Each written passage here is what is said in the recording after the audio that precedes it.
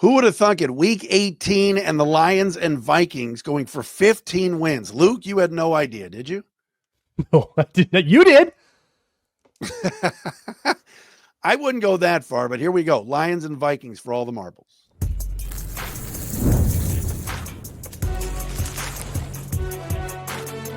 You are Locked On NFL Crossover, part of the Locked On Podcast Network. Your team every day.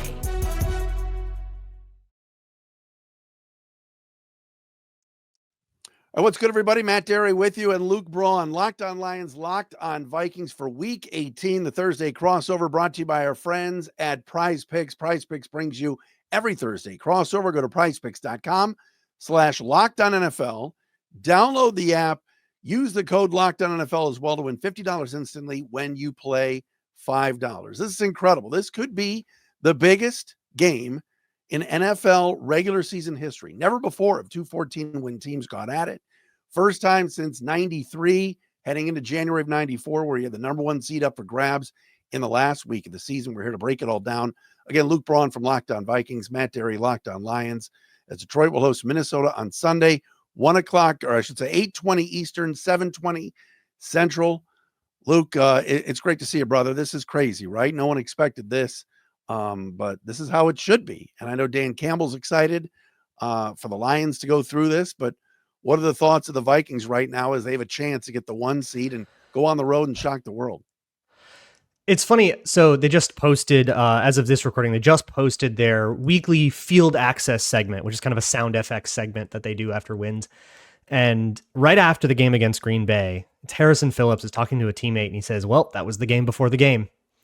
So this is they've been looking at this one, right? And they've, I think, been very keenly aware since the Bills beat the Lions, like since that day, that they went, if we can win out, we can take this to Ford Field with everything on the line. I think that has been like the idea. Now they've taken care of that business. They won the 3 games after that, and now they are seeing this as, I mean, this could be impactful to the NFC Championship. I mean, like at this point, no matter who wins this game, it feels like I'll be surprised if we don't talk again on one of these, Matt.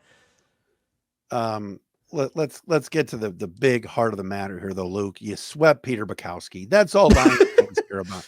And Locked On say us both.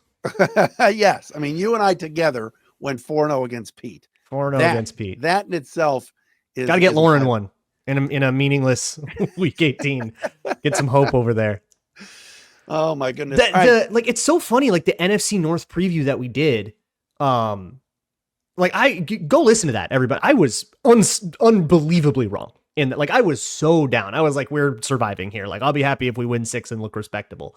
Right. And then now here we are. Not only are the Vikings and Lions going, like they're going at the team that was promised here, which is the Lions, with the 1 seed on the line. But if they win that, they probably vault to like top 1, top 2 in Super Bowl odds. I mean, this is not just a good story anymore. This is a team that is like, that must be taken seriously. And we can talk about what it is about that team that makes them so scary right now, why they're playing so hot. But it's just a thing to marvel at every once in a while, to just look back at the peak that you've climbed. Give me the biggest storyline. I just love watching the Vikings play this year because it just seems like it's 21-0, 20-7. Minnesota just jumps out at you, like KOC on the offensive side, Flores on the defensive side. Is that just the biggest storyline, that if they do this at Ford Field again, then it could be trouble for Detroit? I mean, yeah, a lot of people noticing that Justin Jefferson at Ford Field, he puts up like $150 every time. He averages an insane thing specifically in the road game against the Lions. So yeah, if they can, and now of course the Lions defense is all banged up and stuff, so everybody thinks they're going to go get 50. The over under for this game is 57, which is just obscene at FanDuel. So yeah, I would say the big storyline is still right now Sam Darnold. Everybody's now kind of looking ahead a little bit, putting the cart before the horse a little bit, by asking, well, what do they do with Sam Darnold in the offseason? He's scheduled to become a free agent. It was just a 1-year deal. Do you tag him? Do you let him walk? Do you offer him some kind of Baker Mayfield-esque, mid-tier deal? Will he take that?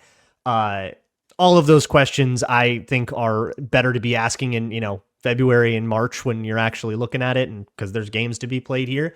But the dude's just playing good ball. They hunt explosives all day long. That's the nature of this offense. There's not a lot of, 6 yards, quick and easy. Let's do like rhythm and execution. No, it's, 7-step drop, play action, double moves on the outside, shot play, kill shot, kill shot, kill shot. And while they will probably have, a couple of times where they go 3 and out, first down, first and 10, second and 10, third and 10 punt, because they, have just tried the deep ball too many times, or they'll take a dumb sack doing that. Over the course of the game, they will find enough of them to make all that worth it. And that's kind of how that goes. They will get into a 2nd and 16 after a sack, but then they're going to go right back to it and find a 20-yard pass, and you're going to be all right with it. The pass catchers are Justin Jefferson speaks for himself.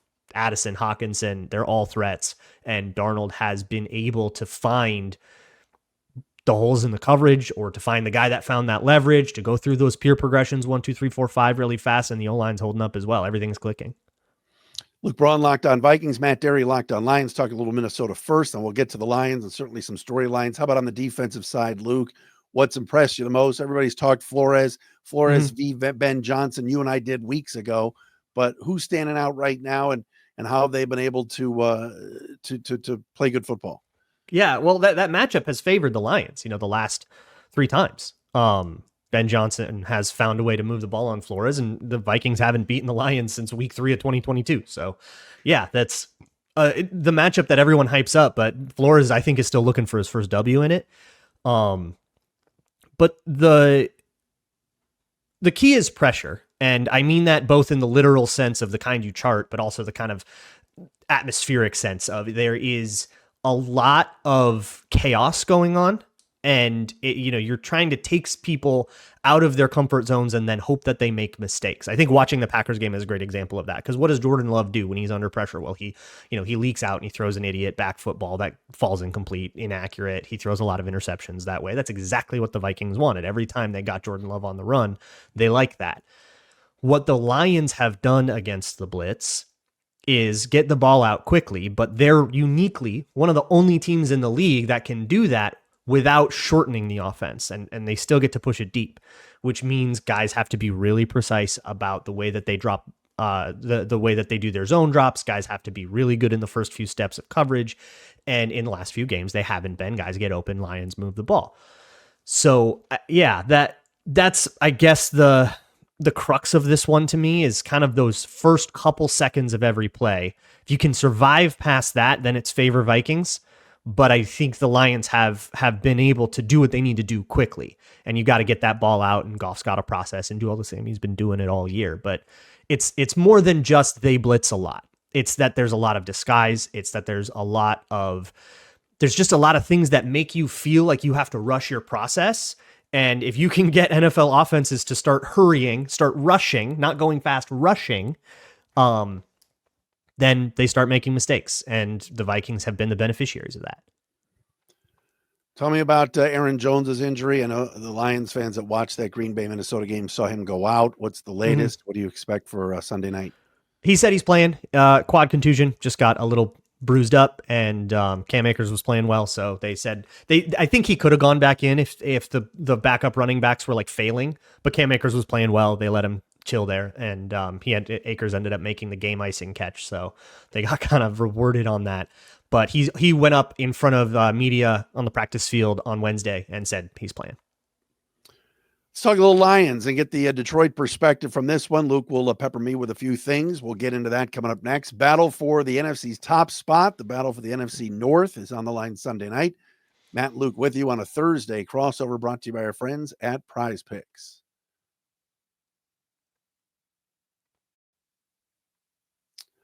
But first, Locked On Lions and Locked On Vikings are brought to you by our friends at FanDuel. We always love talking about FanDuel. And yes, as Luke talked about before, a lot of fun wagers you can do on Lions and Vikings for Sunday night. But remember, you got games, including college football playoff games going on right now. You got the Sugar Bowl Thursday night now.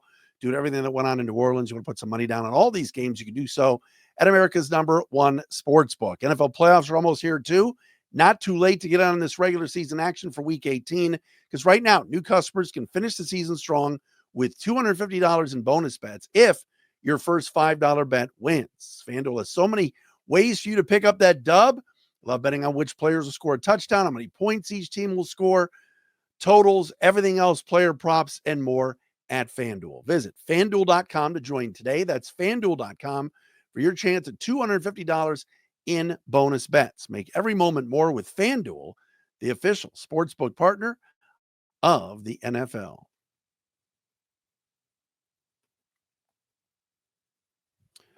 Battle for the top seed in the NFC, home field throughout the NFC playoffs, and of course the NFC North title on the line Sunday night at Ford Field. Lions and Vikings Thursday crossover.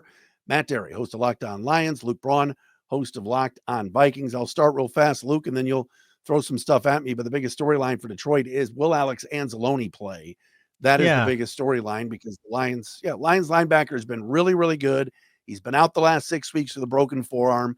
And let's be honest, 2 weeks ago against the Bears, and then this past Sunday or Monday night against the 49ers, both coaches, Thomas Brown, who runs the Bears, and of course, Kyle Shanahan with the Niners, a lot of misdirection, a lot of stuff to the tight ends, a lot of play action, and the Lions linebackers were atrocious outside of Jack Campbell, everybody not named Jack Campbell. So to get Anzalone back, I think would be a huge plus for this team. Sounds like it could be game time. But that's a kind of a big storyline right now, is can they get number 34, one of their defensive captains, back out there, because the defense has been a little bit of a sieve, especially that front seven, over the last couple of weeks. Yeah, I was looking this up for the Minnesota football party, which hopefully we can get you on there Thursday morning. But I was looking up just like how the Lions defense is done since like week 13, week 14. And it's like bottom 5 in EPA per play. It's been absolutely. So I'm sure every single crossover has asked you this, but of course, with all of the injuries that have happened on the Lions, my question's a little more specific though. Like, what is the nature of the struggle? Is it that guys aren't physical enough up front because you're missing too many D linemen? Is it that there is too much misdirection attacking backup linebackers? Like, Brian Branch is still around. Kirby Joseph is still around. Is there a problem in that secondary? Is it really just the backups, or is there something more systemic going on? No, I really just think it's attrition. When they lost Aiden Hutchinson, they survived it. They did. They found because they didn't do any like pass rush plan with Aiden Hutchinson. It was all just isolate Aiden Hutchinson and let him cook. And then they had to like do some pass rushes. But Aaron Glenn has those. He just had to kind of go dig into a bag he wasn't digging into with Aiden Hutchinson. Well, Hutch is so special that you knew you weren't going to replace him. And I thought for the most part, the games after he was gone, they survived it. They did all right. Then they went out and picked up Zadarius Smith, who you know very well. And I know Z Smith's probably this week going to say revenge game. He wants. He always does that. Yeah, it's great and it's fun and he's a great guy. But let's be honest. Get to the quarterback. His name has not been called. He had no tackles on Monday night. And is it like 35 too? I mean, that's like a lot of these guys though, right? Like, yeah. So losing Hutchinson was bad. Aleem McNeil made it really worse. That guy was an absolute stud, playing over the center as a D tackle. And so to me, that's the biggest issue. You referenced Kirby Joseph before. There's an argument to be made for Kirby Joseph to win Defensive Player of the Year. 9 interceptions. He's been that good at free safety. Oh, yeah. Awesome. Brian Branch is excellent. I want to talk a little bit in a second about Amik Robertson. He's been great. So the Lions the secondary's fine to me. Melifonwu being back is big. To me, it's just that front seven outside of. And that's what Terrion Arnold was talking about, right? Because he said something about how, we match up well because we have a good secondary and their thing is receivers, which is the basic point. Yeah. And also an interesting one for a guy that I'm pretty sure just got benched, but. Terrion Arnold? Did he not get pulled from that 49er game?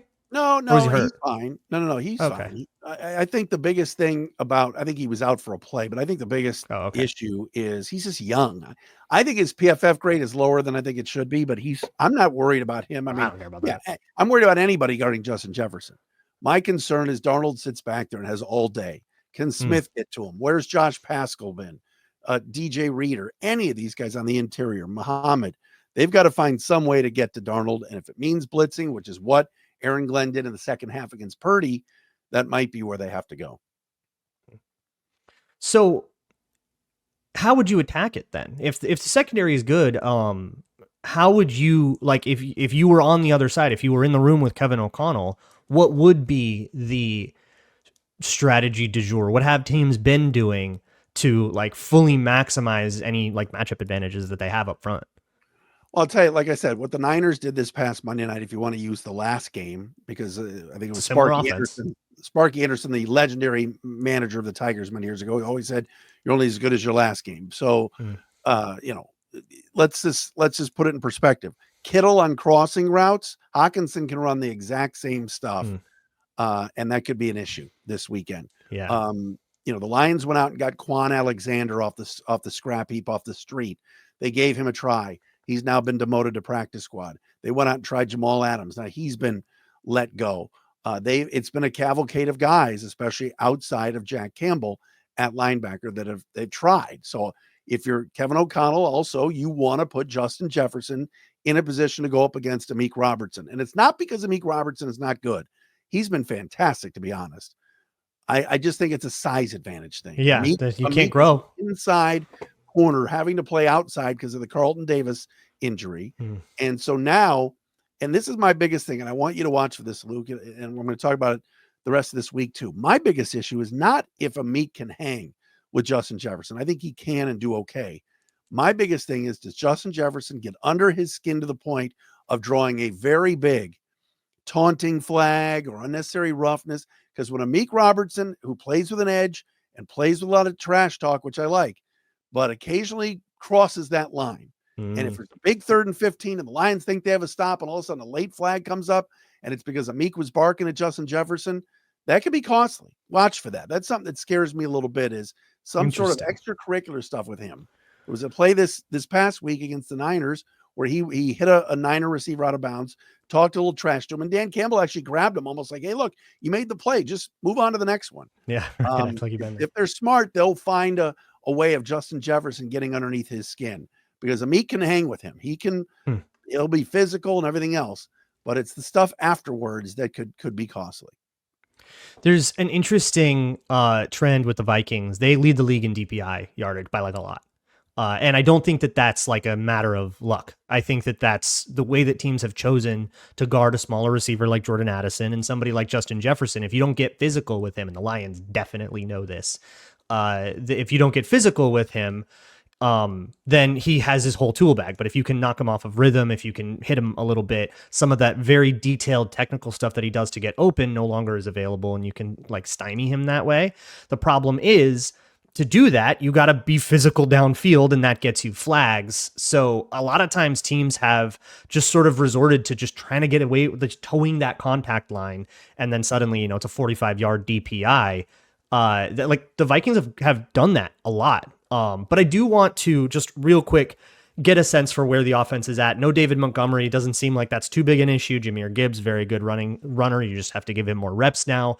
Jared Goff, still killing it, still playing as well as ever. The O-line still playing as well as ever. Anything to update from week 7? Because it kind of feels like the same team.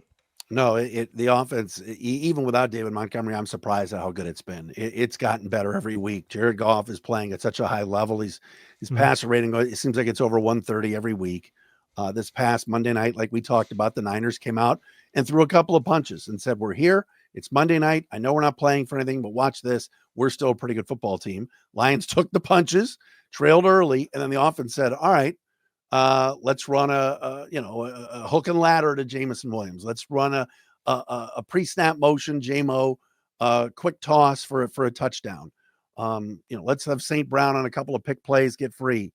Jahmyr Gibbs off the edge on an audible that Jared Goff saw the lane wide open on the right side next to Penei Sewell in the tight end, and just audible, got it to at 1 on the play clock, quick snap, got it to Gibbs, and he went for the touchdown. They're doing whatever they want offensively right now.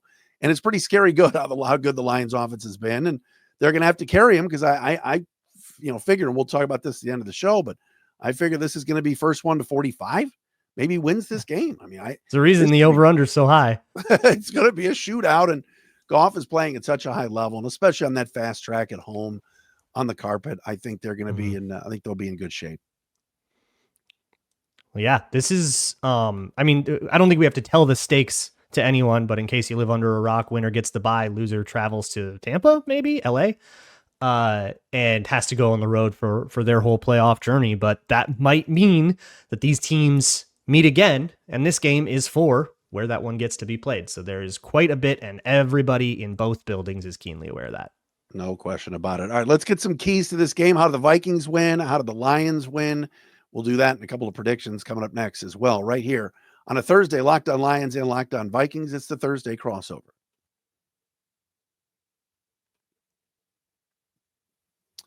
And we're brought to you today by our friends at Gametime. If you are looking for tickets for Lions and Vikings, maybe you're coming from Minnesota, maybe you're here in Detroit, you want to go see the game, it's simple. Get your tickets on the Gametime app. You love going to live events, whether it's sports, music, theater, or comedy.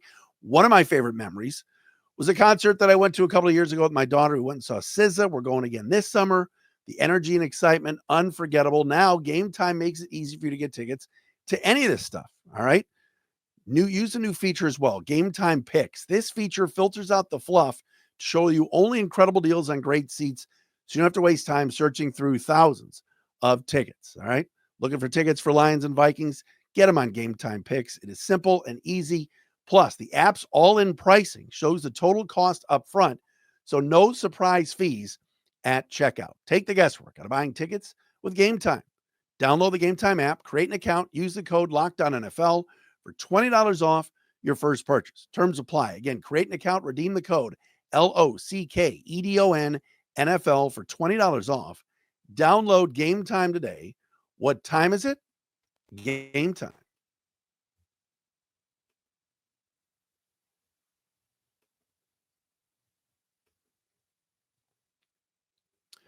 Matt Dery, Luke Braun, Locked On Lions, Locked On Vikings, the Thursday crossover. Biggest regular season game, some Luke are saying, in the history of the league. Do you buy it? In the history of this matchup, do you buy that? That's a bit much, but I'm sure there have been other ones. But I was thinking back. I mean, I don't know. I feel like I've said this every time we've talked this year, Matt. But the fact that this matchup is so colossal, when I mean, just like 3 years ago, this would have been on the 9th slot on Fox at 1 p.m. Eastern. Like, would have been we would have. Yeah, they would have been pulling up college announcers. I mean, this is nothing. This used to be nothing, this sleepy thing. But now it's this marquee matchup, and it's Vikings-Lions. It wasn't supposed to be this, and I love that. These two dome teams in the NFC North. But yeah, like this is by far the most, and maybe even the only time that there's been like a possibly season-defining Vikings-Lions game. Like if whichever of these teams loses, if they go one and done in the playoffs because they got to go on the road and play like Baker Mayfield and that's tough, this will be the game that is seen as the one that defines the season. As, man, they were looking right at it, but they just couldn't get past their rivals. And I can't remember a time when either team's season came down to a Vikings-Lions game. It's always been, there's been plenty of times where it came down to a Lions-Packers game or a Vikings-Bears game or Vikings-Packers, but I can't think of a time when this was more than just another one in the regular season. I think that's beautiful. The game, what game was it? Well, it wasn't at the end of the year, but the Golden Tate somersault into the end zone game had some meaning years ago. That was week 4, 2017, I think. Yeah. Well, the Vikings were 13-3, and that was one of the 3. Yes, but nothing like this. I agree with you. No. And the Lions and Vikings have played some, like you're right, some stinker week 18s, week 17s have not mattered. And it's awesome. It is so much fun. How do the Vikings get this done, Luke? How do you see it that they go in there and win? What do they have to do? Yeah, I think it's your P's and Q's on offense, right? Like everybody sees what has happened to this Lions defense. There's a lot of tape on it. And I think you'd be crazy if you didn't think the Vikings were going to be able to move the ball here. But you look at the other side. And this Lions offense has had the keys to Flores. They have owned this defense in the past few games. But it's every time you get back in the ring, it's harder and harder and harder to repeat it because the Vikings are going to have a different answer this time. They know that what they brought to the last few doesn't work. They're not going to just bring the same. So if the Vikings can get Jared Goff uncomfortable, which they have not been able to do. Goff's been getting the ball out, totally untouched in all of these games. And interestingly, they didn't really blitz in that last game. And this is a stat I know you're not going to get anywhere else. That cover 0 look that the Vikings have with everybody strung out on the line of scrimmage. Yeah. The Lions were the one team that they barely ran it against. They ran it twice in that game. That's as little as any other game this whole year. They didn't use it. And maybe that's because they thought the Lions could beat it. Maybe they just thought they had a different idea. But maybe they bring that a little bit more this time. Maybe they still don't. And that is a sign of respect, by the way. The teams that they have brought it the most against are like the Titans and teams with rookie quarterbacks, like the Bears. But against the Lions, they didn't feel like that was the way to go. So did they go away from what they wanted last time? And that's why the Lions were able to score, on 4 straight long sustained touchdown drives. Maybe. And then they got to kind of figure that out. But if the Vikings can get those disruptions, force those turnovers the Lions have been so good at avoiding, and prevent themselves from that like turnover avalanche that seems to happen in all of these Lions games where, they get up by a score or two and then suddenly there's a turnover and then it's a 3-score game and then you're just chasing it the whole time. You got to avoid that little sequence, that avalanche.